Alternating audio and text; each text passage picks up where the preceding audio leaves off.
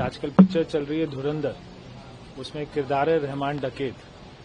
तो दिल्ली के रहमान डकैत उस समय के अरविंद केजरीवाल जी ने दिल्ली के टैक्स पेयर के जो पैसे थे उसके ऊपर में जो उन्होंने डकैती डाली, दिल्ली के धुरंधर मतदाताओं ने उनको हराया, दिल्ली के रहमान डकैत को हराया। केजरीवाल जी कहते थे कि मुझे कोई हरा नहीं पाएगा। वो दिल्ली की जनता, देश की जनता इस बात को जानती है कि वो जो भी बोलते हैं झूठ बोलते हैं। देखिए, सीएजी द्वारा शीश महल के ऊपर में सीरियस कंसर्न उसमें रिपोर्ट में आए हैं और उन्होंने कहा है कि पूरे टेंडर प्रोसेस में बहुत सारी खामियां थी।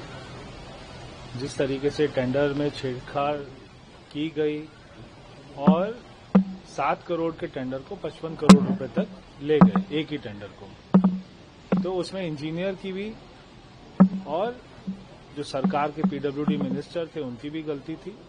और सबसे बड़ी गलती जिनके आदेश पे हो रहा था, जो दिल्ली के पैसों के ऊपर में जिन्होंने डकैती डाली, अभी आजकल पिक्चर चल रही है धुरंधर, उसमें किरदार है रहमान डकैत।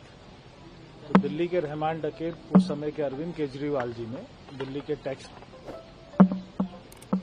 पेयर के जो पैसे थे उसके ऊपर में जो उन्होंने डकैती डाली और अपने घर में एक महंगे से महंगे कंसल्टेंट, महंगे से महंगे आर्किटेक्ट, महंगे से महंगे इंटीरियर डिजाइनर बुलाकर और ऐसी ऐसी चीजें वहां पे खरीदी गई सरकारी पैसे से जो एक देश के किसी भी नेता के घर में आपको नहीं मिलेगी। तो एक मैं जब पीछे वहां पर गया था, मैंने वहां का एक पूरा टूर किया है, शीश महल टूर, और कल उसका वीडियो आपके सामने जारी करूंगा। तो उसमें भी देश की जनता देखेगी कि वहां पे कितना पैसा लगा हुआ है। तो सीएजी का आज जो रिपोर्ट आया है उसको पीएससी के लिए भेज दिया गया है। वहां से जब आएगी रिपोर्ट उसके ऊपर में क्या एक्शन होगा तब तो वो बाद में पता लगेगा। मगर जनता के पैसे का अच्छा खासा उसमें दुरुपयोग हुआ है। बहुत ही सीरियस कंसर्न है कि उस समय कोविड चल रहा था, कोविड की महामारी में जहां पे दिल्ली में 26,000 लोग मरे, वहीं पर शीश महल की फाइल पर मोस्ट अर्जेंट करके लिखा गया और जो पैसा कोविड हॉस्पिटल में खर्च होना था, जो पैसा वेंटिलेटर आईसीयू में खर्च होना था, उस पैसे से शीश महल बनाया गया।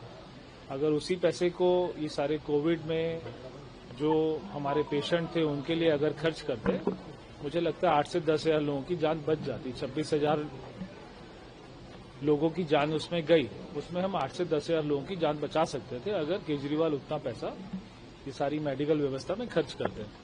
खैर, जो भी हुआ बहुत ही दुर्भाग्यपूर्ण था, मगर हमारे दिल्ली के धुरंधर मतदाताओं ने उनको हराया, दिल्ली के रहमान डकैत को हराया। वर्मा जी, जब आप फहरिस्त पढ़ रहे थे तो द्रौपदी की साड़ी की तरफ खत्म ही नहीं हो रहा था, आगे कितनी लंबाई थी? देखिए, वो इतना लंबा था कि वो पूरे हाउस में एक बार घूमने के बाद में फिर वो वापस भी आया।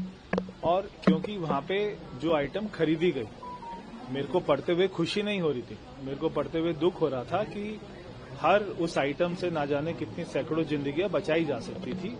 एक एक टीवी 90 इंच का अगर 28 लाख रुपए का कोई भी मुख्यमंत्री, चाहे कोई भी वो हो, अगर वो खरीदेगा, उसको भी खरीदते हुए 2 बार नहीं, उसको 1000 बार सोचना चाहिए कि वो क्या कर रहा है। वहां पे सिल्क के कारपेट, वियतनाम का मार्बल, और एक शीश महल नहीं, 2 शीश महल। एक तो शीश महल का एक्सटेंशन बन रहा था जहां पे 25 करोड़ रुपए खर्च किए गए। तो वहां पे एक बिल्डिंग नहीं है, वहां पे 2 बिल्डिंग है। उतना ही बड़ा, जितना बड़ा शीश महल है उतनी बड़ी एक बिल्डिंग और है। वो तो अगर वो नहीं हारते तो उसके ऊपर में भी 55 करोड़ रुपए खर्च होना था। मामला पीएससी को भेजा गया, आप आगे क्या क्यों चाहते हैं? देखिए, जो भी दोषी है उनके ऊपर में कार्रवाई होनी चाहिए। पीएससी की रिपोर्ट आने के बाद में उसके बारे में चर्चा करेंगे। सर, एक पीएम को लेकर केजरीवाल का बयान आया है कि 2026 पीएम पद पे रहते हुए वो पूरा नहीं कर पाएंगे।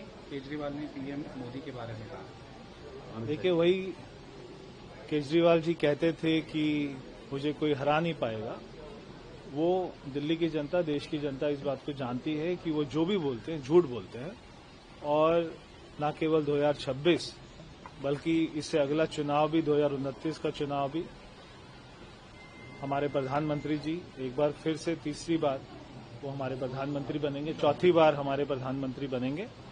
और चौथी बार ही नहीं, हम तो चाहते 5वीं बार भी वही प्रधानमंत्री बने और ईश्वर उनको स्वस्थ जीवन दे, उनको अच्छा शरीर दे और जब तक वो आखिरी सांस तक देश की सेवा करने में सक्षम रहें तब तक वो हमारे प्रधानमंत्री बने रहें।